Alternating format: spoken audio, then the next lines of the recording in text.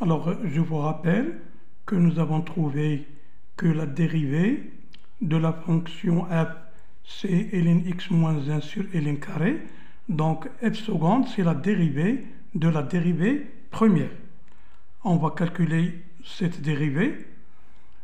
La dérivée de ln x moins 1, c'est 1 sur x, c'est la dérivée de ln x, multiplié par le dénominateur qui est ln carré de x, moins le numérateur ln x moins 1 fois la dérivée du dénominateur qui est 2 fois 1 sur x ln x, le tout sur ln à la puissance 4 de x.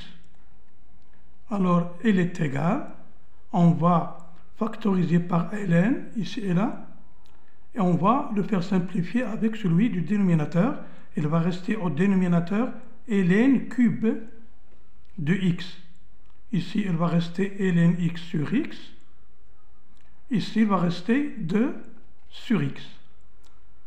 Alors, nous avons 2 sur x moins 2 sur x ln x, moins ln x sur x, il va rester moins ln x sur x, plus 2, parce que nous avons moins 2 sur x.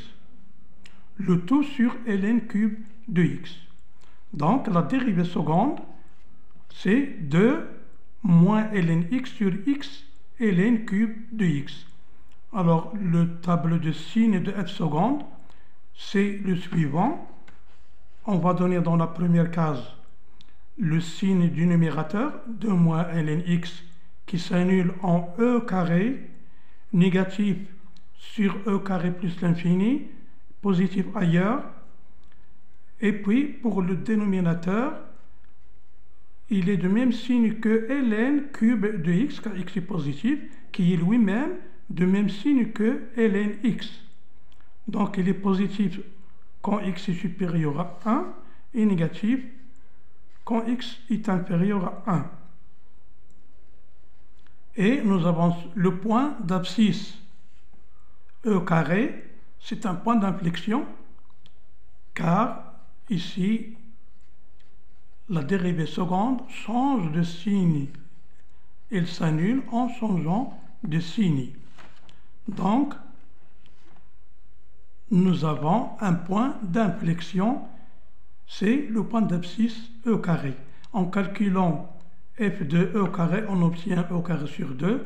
Donc, les coordonnées de i sont e carré et e carré sur 2.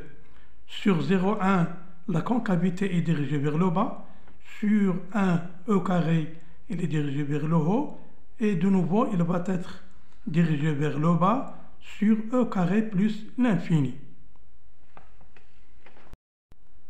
Alors, pour la courbe représentative, nous savons que la dérivée première est négative sur 0,1, donc la fonction elle est décroissante sur 0,1. Et nous avons ici une demi-tangente horizontale au point O. La fonction elle est également décroissante sur 1e et croissante sur e plus l'infini. Alors ici nous avons une asymptote verticale d'équation x égale à 1. Ici nous avons le point d'inflexion de coordonnées e carré sur 2. La courbe change de concavité en i.